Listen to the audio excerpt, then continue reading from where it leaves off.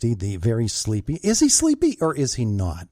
Robert Katz is on the phone with us here this morning from Clearwater, Florida, as we talk about sleep and whether you're getting enough of it. Our conversation brought to you by Marcus and Mack, a law firm representing injured people. Robert S. Katz, you call yourself a de-evolutionary sleep deprivation test dummy. I like that.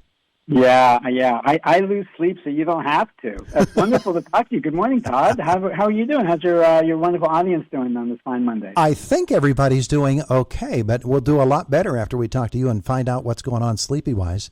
It's not good. It really isn't. There's not much good news, and you can't take it lying down. Oh, there you go. We just need more sleep. We need to prioritize and realize how important it is. How critical it is that we be able to rest and rejuvenate and invest in our next day, the next week, the next month.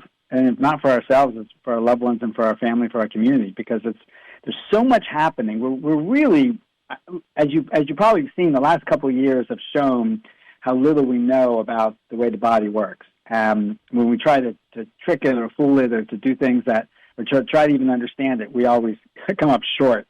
And there's so many incredible things that are happening at night in terms of the rebuilding and the rejuvenation of our cells, of our enzymes, and of our all of our metabolic processes that we just barely can scratch the surface of understanding.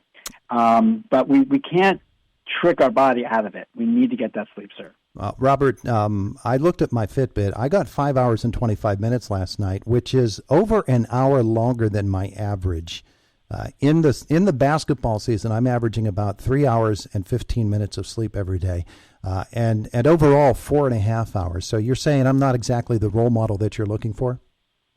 No, you're not. I mean, there are people that can, just like an athlete, can train their body to work at different levels, to use nutrients differently based on what you do. But you really have to be almost trained like an athlete to be, and you can still be healthy with, but most people can't.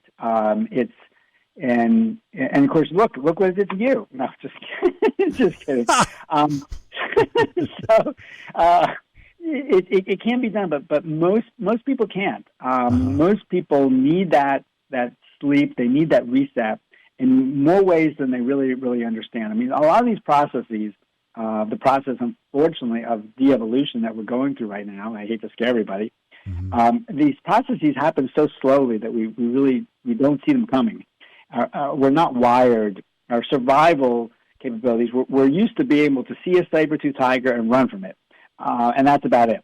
We're not used to seeing big threats and be able to react to big threats. But lack of sleep is a huge threat that affects your body. If we look at the weight crisis we have today, the obesity crisis, and much of that is caused by lack of sleep, which is connected to the stress. The stress hormone, when we're not getting enough sleep, the stress hormone kicks in to help be able, because we think we're under stress. We think, well, why isn't he sleeping? He must be being chased by a saber-toothed tiger or something like that.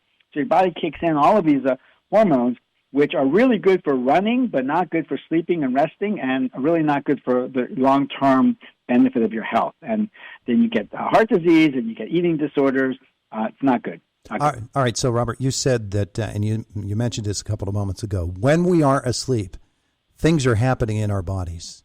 Yes. And so what are those things? Yes. So you're having many of the hormones that you need to be able to survive the following day are, you could think of the tank as being filled back up, as topped back off of your fluid levels at night, of your hormones, of your muscles are rebuilding. So, people that are trying to, and they spend 3 to 4 hours at the gym lifting weights, and they say, why aren't I gaining the muscle mass I need? Well, it's because you're spending 3 or 4 hours at the gym. You should be spending less. Less is more,